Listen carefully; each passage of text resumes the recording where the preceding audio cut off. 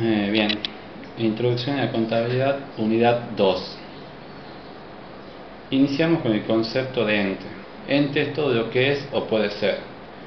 Utilizamos este concepto para definir un objeto de estudio. Cualquier cosa lo podemos definir como ente, sea un objeto material o inmaterial.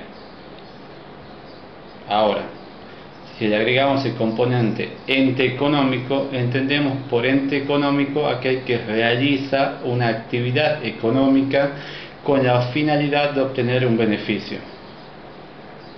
Actividad económica podemos entenderla como cuando un ente o una organización denominada empresa arriesga ciertos recursos propios y o de terceros en una determinada actividad para alcanzar un objetivo, que es la maximización de utilidades u obtención de ganancias.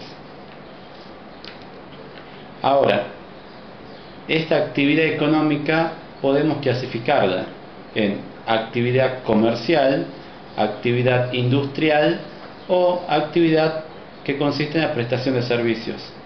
¿Cuál es la característica que diferencia cada una de estas actividades? Todo lo que sea comercial se refiere a la compraventa de un producto sin alterarlo en forma sustancial. Es decir, yo compro mercadería para luego revenderla en el mismo estado que la adquirí, no la modifico. Esa es una actividad comercial. Compro y lo vendo en el mismo estado que lo compré. La diferencia, mi ganancia va a estar en haber comprado más barato y venderlo un poco más caro. La actividad industrial se refiere a la transformación de la materia prima en insumos. Es decir, cuando yo realizo una actividad industrial, lo que se produce es un proceso de transformación. Yo compro materia prima, compro insumos, los incorporo a un proceso productivo y de ahí surge un nuevo producto con características diferentes a la materia prima y a los insumos. Se produce una transformación, se produce el nacimiento de un nuevo producto. Eso sería la actividad industrial o productiva. Y en el caso de la actividad que consiste en la prestación de servicios, el bien que se está transando no es un bien material, es un bien inmaterial, es un servicio, es una prestación que realiza el individuo a cambio de una determinada contraprestación. Ahora, ya definido el concepto de ente económico, tenemos que hacer una diferenciación. El ente económico está inmerso en un contexto que es el mercado donde trabaja, que está compuesto por los proveedores, por los clientes, por los competidores, por los organismos gubernamentales, tributarios y previsionales que se relacionan con el individuo o el ente económico. Ahora, el ente económico tenemos que diferenciar que realiza actos económicos y puede estar sujeto o afectado por hechos económicos. Acto económico se entiende como aquel que realiza la empresa. La acción nace de la intención o de la decisión de la empresa. ¿Y por qué es económico? Porque influye en el componente económico, tiene una repercusión monetaria. Un ejemplo de acto económico es comprar, vender, pagar, cobrar. Todos esos son actos económicos. La empresa decide realizarlos. La decisión o la acción surge de la decisión que toma la empresa para realizar ese acto económico. Hecho económico, por el contrario, podemos entenderlo como aquel que afecta directa o indirectamente a la empresa, sea que se produzca dentro de la empresa o fuera de la empresa, pero que no surge de la decisión o acción de la misma. Es decir, son situaciones que se producen dentro de la empresa o fuera de la empresa, que los afecta directa o indirectamente, pero que no surgen de decisión o de la decisión propia de la empresa. Por ejemplo, la inflación. La inflación es un hecho externo que afecta directamente a la empresa, pero que no surge de la decisión de ella, sino que afecta al momento de la compra de los productos o materia prima, y con la constante suba de los precios afecta directamente a la empresa, pero no surge de su decisión. Un ejemplo de acto económico, como les decía, era comprar. Yo decido comprar tal mercadería a tal proveedor, a tal precio y en tales condiciones. La diferencia entre uno y otro concepto es que uno surge de la decisión de la empresa, la acción surge de la decisión de la empresa, y otro es ajeno a la empresa.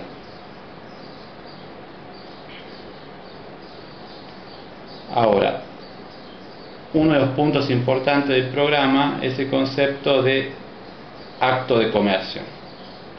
Acto de comercio, el concepto legal está incorporado en el Código de Comercio, en el artículo 8. El concepto dice: acto de comercio es toda adquisición a título oneroso de una cosa mueble o de un derecho sobre ella para lucrar con su enajenación, bien sea en el mismo estado que se adquirió o después darle una forma de mayor o menor valor. Ese concepto, y dentro del concepto podemos encontrar las características de a qué se refiere acto de comercio. Acto de comercio fundamentalmente es comprar, por eso habla de toda adquisición a título oneroso, es decir, que la adquisición oneroso es lo contrario de gratuito. Es decir, que cuando se habla de una adquisición a título oneroso es que yo, para comprar algo, tengo que entregar algo. Hay contraprestaciones recíprocas. No es gratuito. Yo entrego algo y a cambio recibo algo. En este caso, yo estoy comprando cosas muebles. ¿Qué son las cosas muebles? El concepto más simple de cosas muebles son aquellos que se pueden trasladar, que se pueden movilizar. De ahí viene el concepto de cosas muebles. Yo adquiero la cosa mueble o un derecho sobre ella. ¿Para qué? ¿Para qué lo compro? Para lucrar con su enajenación. ¿Qué significa lucrar con su enajenación? Lucrar con su enajenación es poder lucrar, ganar con la venta de ese objeto mueble. Yo lo compro, ¿para qué? Para luego poder lucrar, obtener un beneficio con la venta, la enajenación de ese objeto mueble. Y después me dice, bien sea en el mismo estado que se adquirió o después darle otra forma de mayor o menor valor. Es decir, yo puedo comprar un objeto mueble, tener la finalidad de venderlo, pero darle una forma de mayor o menor valor o venderlo en el mismo estado que lo compré. Por ejemplo, si yo compro una mesa, para venderla puedo darle mayor valor agregándole algún accesorio, pintándola, dándole mayor valor y venderle a un precio más elevado. O también puedo venderlo en una forma de menor valor. ¿Cómo? Rompo la mesa y lo vendo como leña. Eso ya es criterio del vendedor. Pero yo al adquirir el objeto mueble tengo la potestad de venderlo en una forma de mayor valor o menor valor, dependiendo de los intereses o criterios que adopte el vendedor. Ahora, ese es el concepto de acto de comercio, pero el Código de Comercio enumera otros actos de comercio que no cumplen con las características o requisitos que están incluidos en el concepto, y al no cumplirlos, en principio no serían considerados actos de comercio, pero que la ley los incorpora en un artículo subsiguiente denominado otros actos de comercio. Podemos encontrar en esos otros actos de comercio, como por ejemplo la actividad bancaria, la actividad de seguros, los fletamientos, la compraventa de inmuebles cuando es realizado por una SA. Son operaciones que no cumplen con los requisitos o características que enuncia el concepto de acto de comercio, pero que la ley los incluye en otro artículo para que legalmente sean considerados actos de comercio.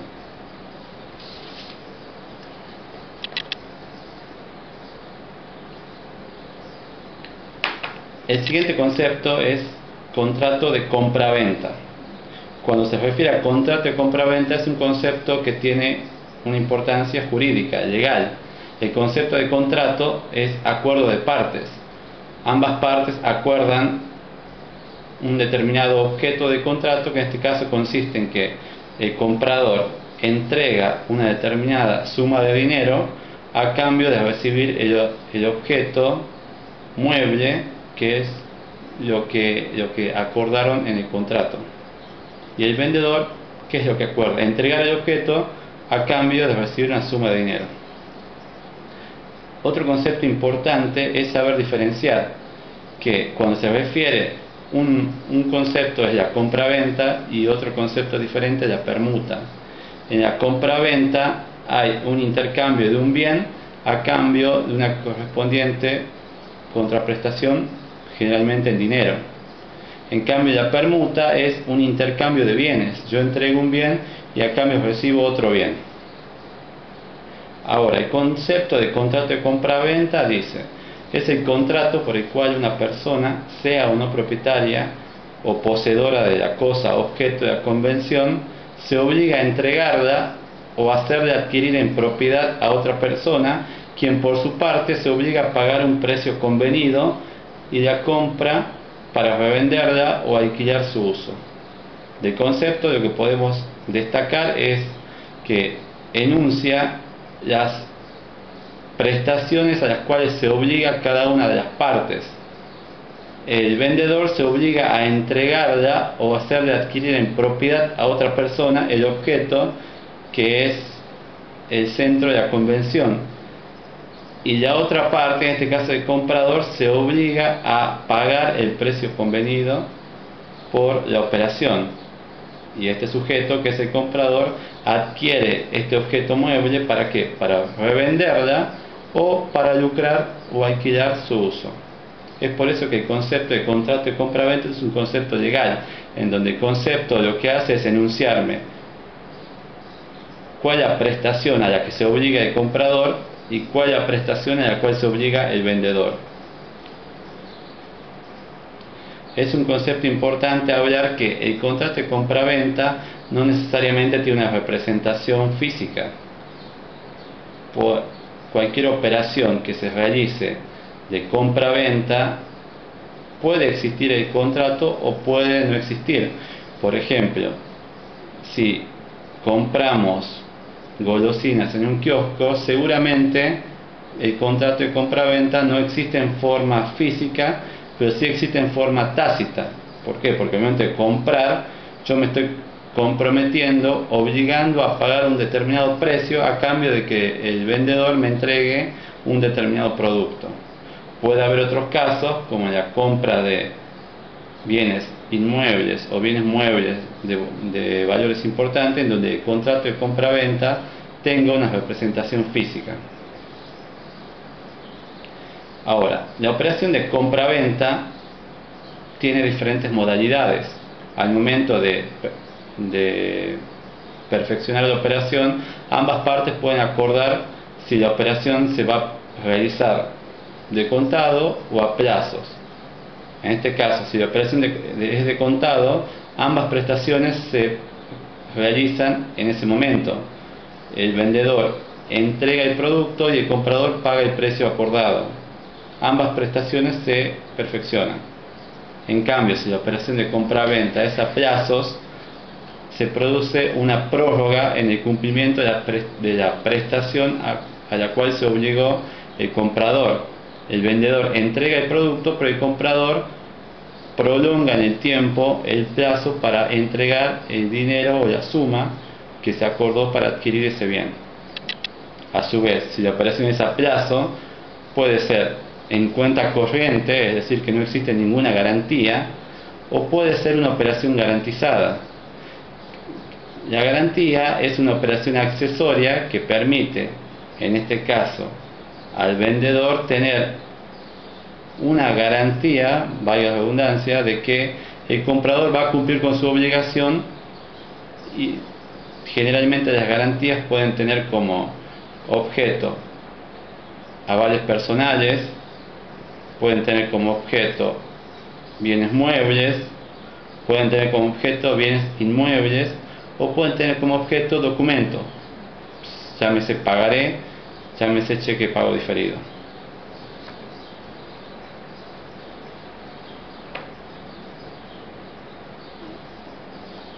Ahora, ya hablamos de lo que es el concepto de acto económico, acto de comercio, contrato de compraventa. Ahora debemos definir quién es el sujeto que realiza esos actos. En este caso podemos de alguna manera clasificarlo en dos sujetos.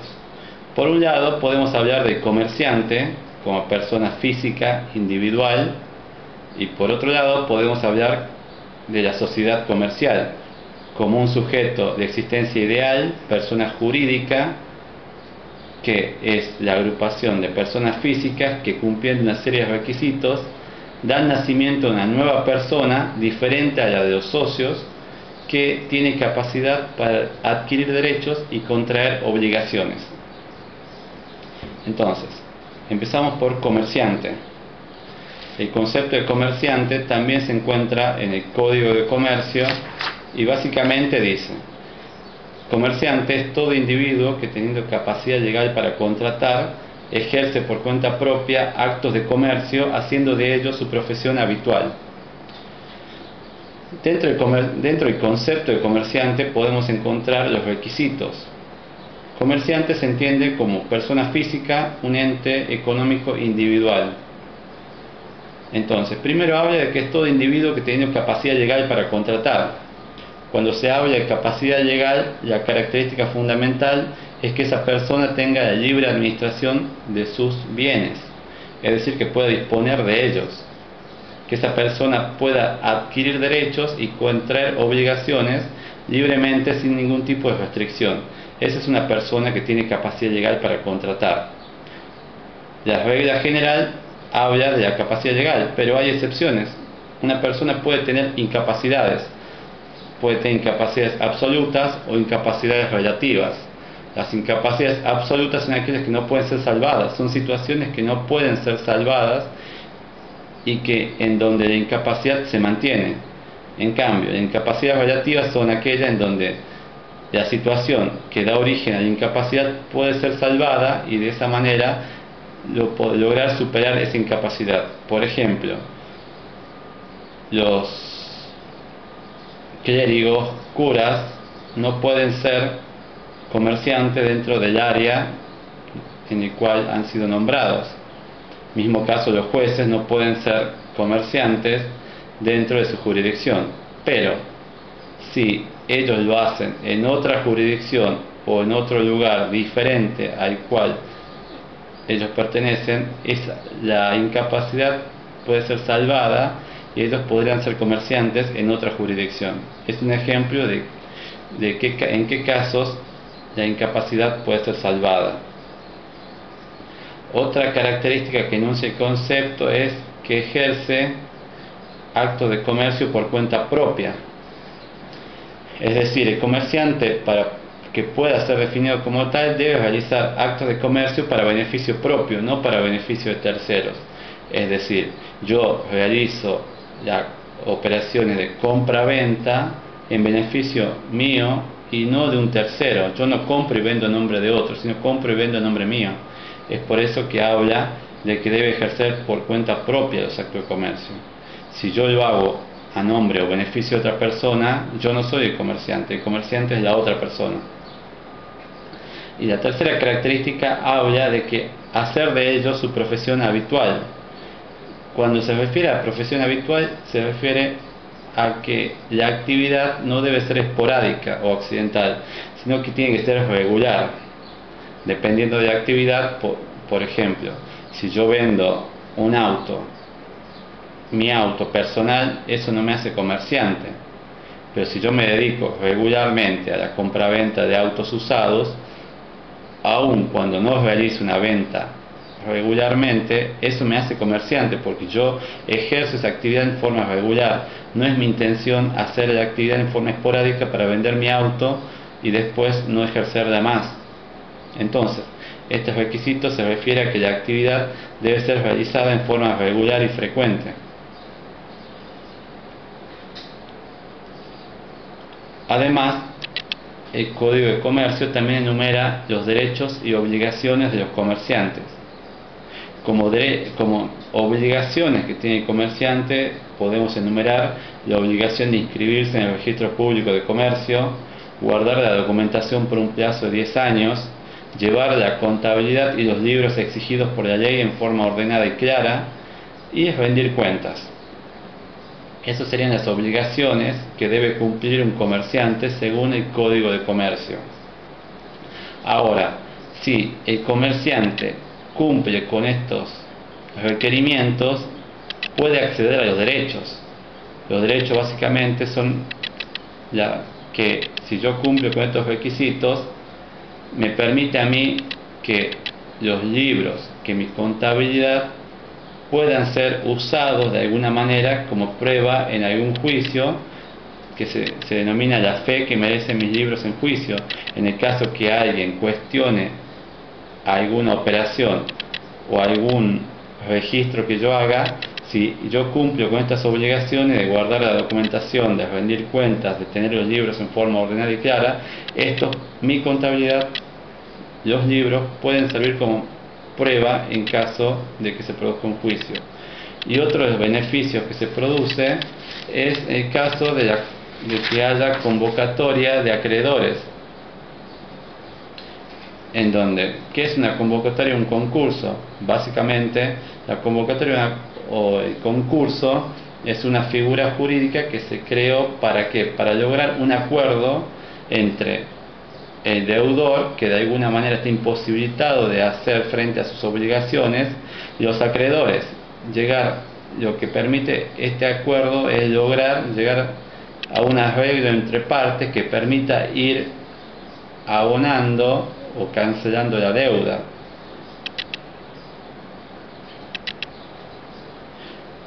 Bien, ahora, eso era por un lado hablando de comerciante, como persona física, como ente económico individual. Ahora deberíamos hablar de la sociedad comercial.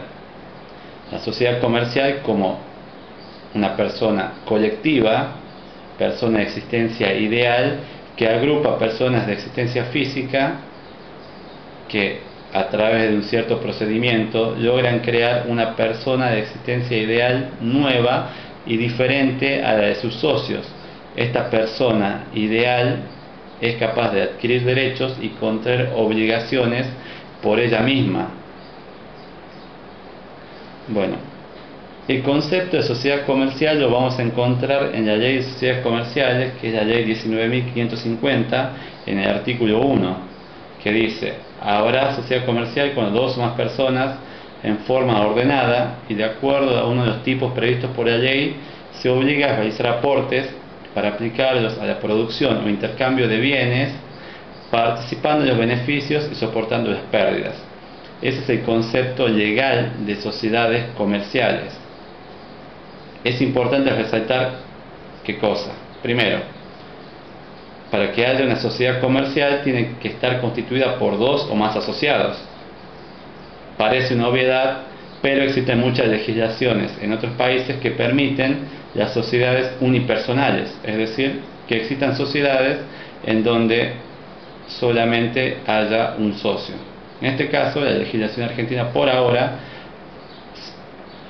permite que un número entre dos o más asociados para constituir una sociedad comercial. El siguiente punto habla de que debe adoptar uno de los tipos previstos. La ley enumera tipos societarios que ya están constituidos con características propias. Las personas que decidan constituir una sociedad no pueden inventar o crear una nueva sociedad que tenga características de las diferentes sociedades que ya existen, sino que debe adoptar una de las sociedades ya previstas.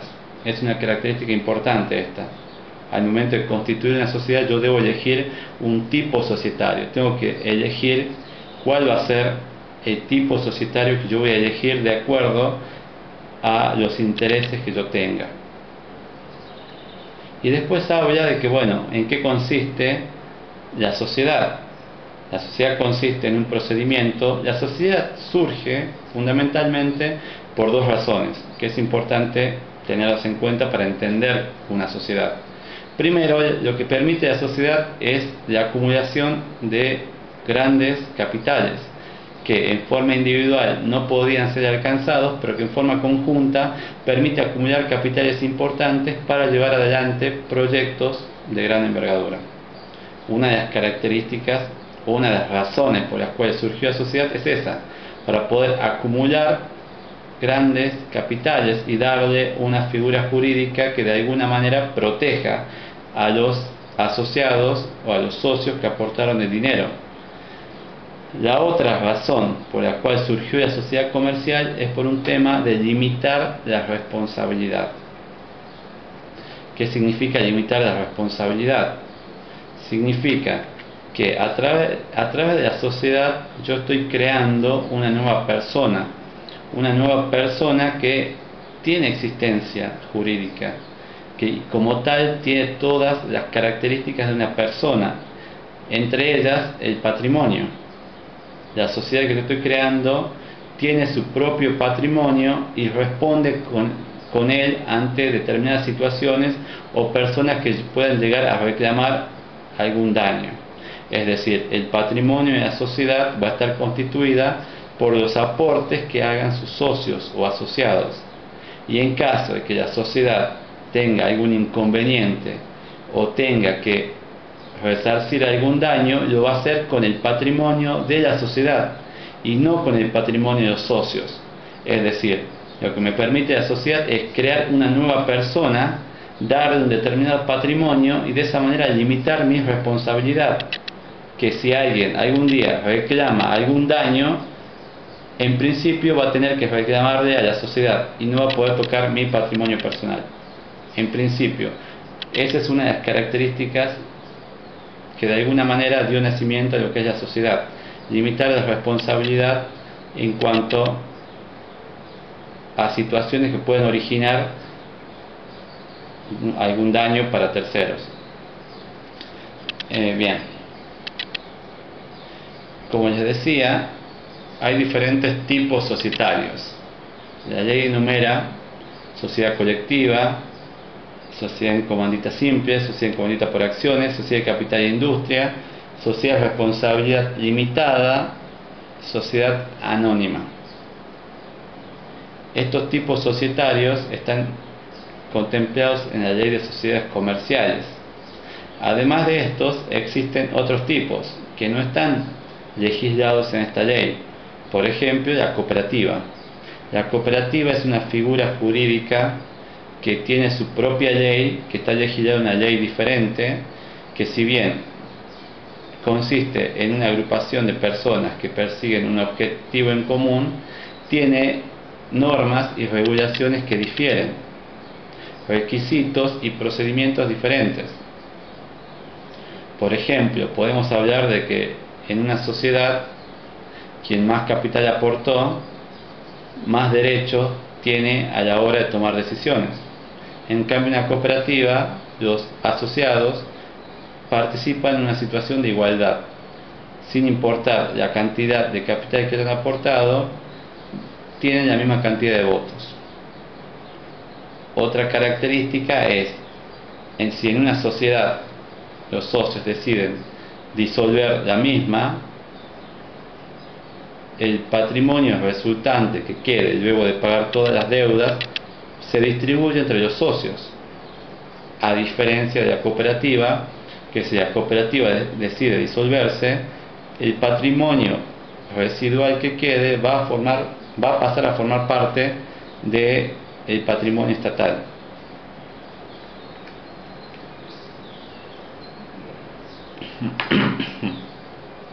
Entonces, al momento de analizar los tipos societarios, es importante primero definir lo que es el concepto de responsabilidad. La responsabilidad es básicamente la capacidad de, en este caso, de la sociedad de poder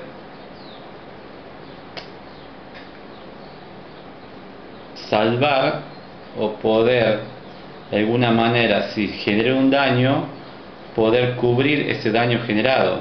Por ejemplo, Si yo le debo a alguien y no le pago, le estoy generando un daño. Y soy responsable de poder salvar esa situación pagándole lo que corresponda más los intereses respectivos. Cuando hablamos de responsabilidad tenemos que definir que hay diferentes tipos de responsabilidad. Cada sociedad podemos clasificarla en dos grupos. Puede tener una responsabilidad u la otra. Hay sociedades que tienen responsabilidad limitada.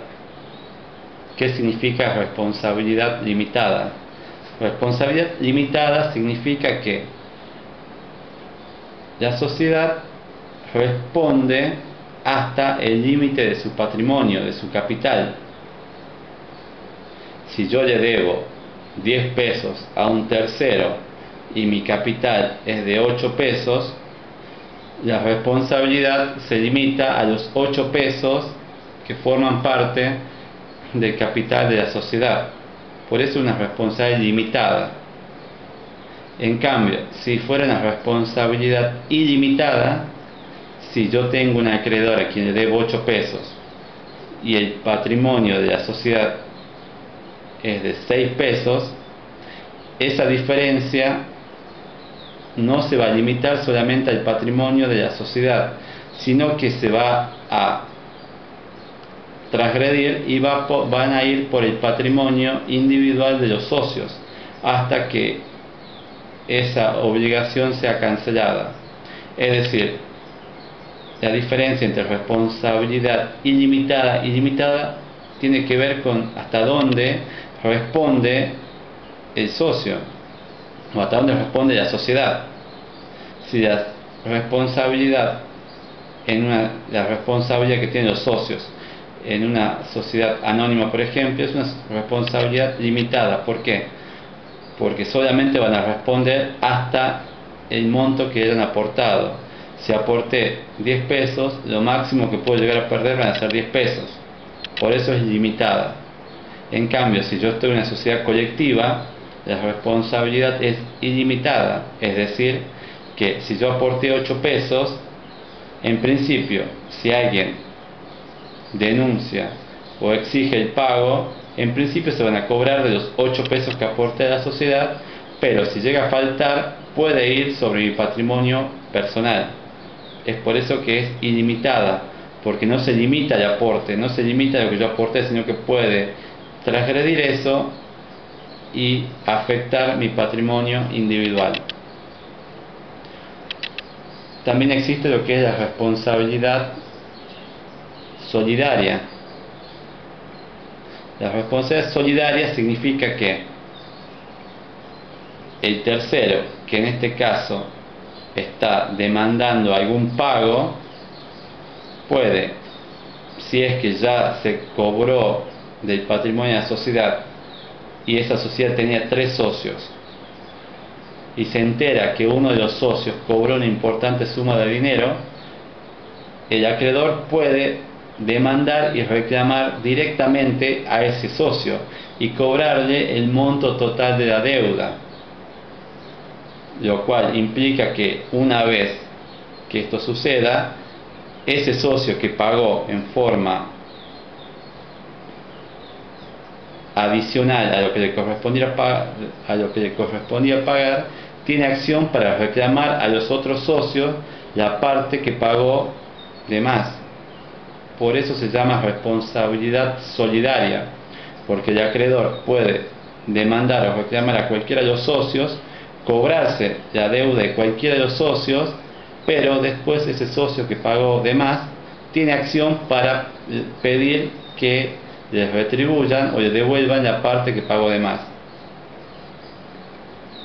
Y después existe el concepto de responsabilidad subsidiaria. Subsidiaria significa después de. ¿A qué se refiere con este concepto después de? Que si el tercero acreedor demanda o exige, primero tiene que demandar y exigir a la sociedad como persona de existencia ideal. Si una vez demandada la sociedad el patrimonio no alcanza para pagar la deuda con el acreedor, recién el acreedor va a poder ir en contra del patrimonio de los socios, pero primero tiene que ir en contra de la sociedad. Es por eso que se llama responsabilidad subsidiaria. Después de el acreedor, primero tiene que ir en contra de la sociedad y después recién tiene habilitada la vía para demandar o exigir al socio.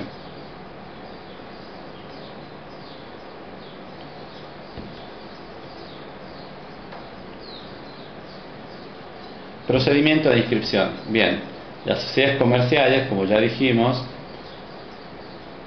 para poder ser consideradas una persona de existencia ideal, que legalmente sea considerada una persona, tiene que cumplir una serie de procedimientos y requisitos, fundamentalmente que es la inscripción en el registro público de comercio.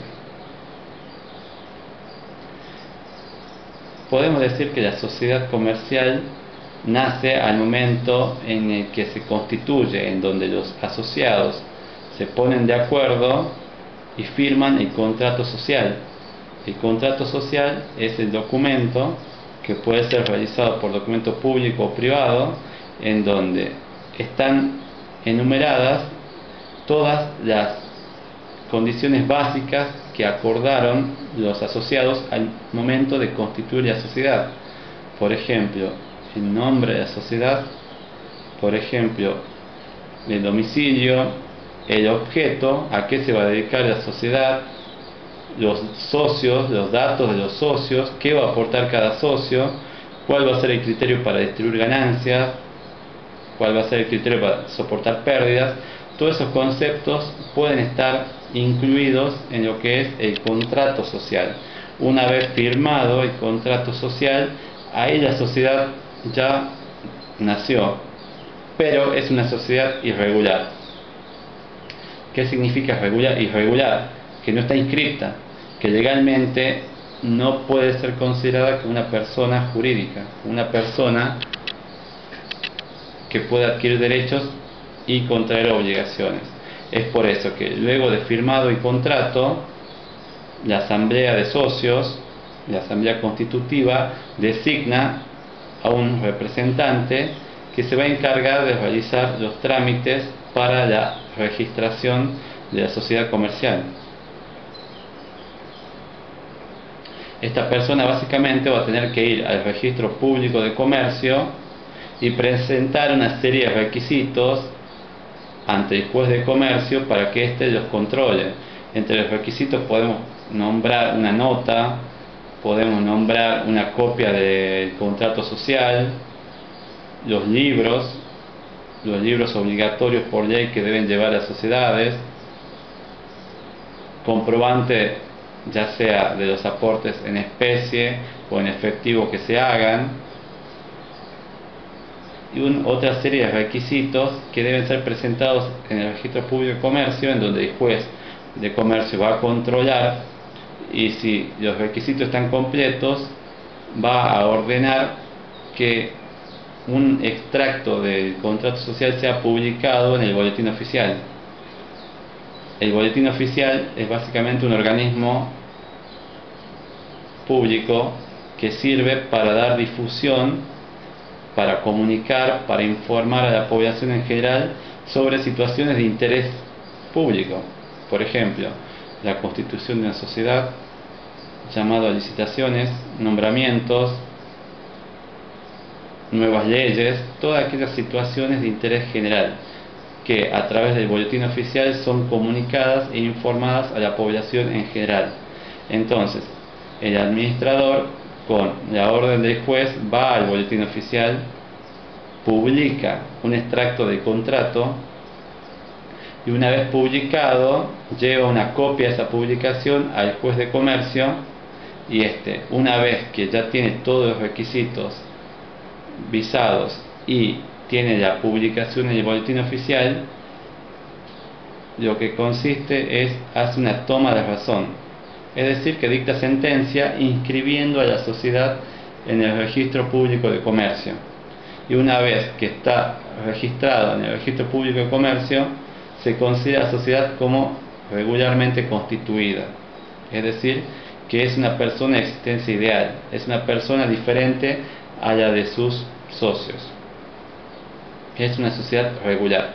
Entonces, podemos hacer una clasificación entre sociedad regular e irregular.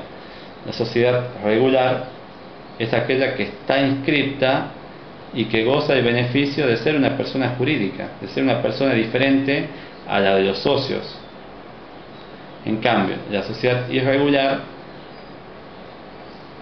aun cuando funcione operativamente como tal, legalmente no existe como persona diferente a la de los socios, lo cual hace que en caso de que haya alguna situación, alguna demanda, los socios tengan que responder directamente.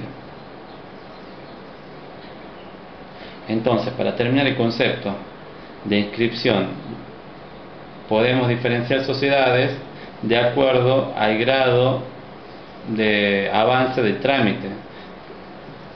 En algunos libros podemos encontrar que se llama sociedad irregular aquellas sociedades en donde se inició el trámite de inscripción pero no se lo terminó por alguna razón, y se denomina sociedad de hecho a aquellas sociedades que se constituyeron, funcionan operativamente como sociedades, pero que no iniciaron el trámite de inscripción en el registro público de comercio.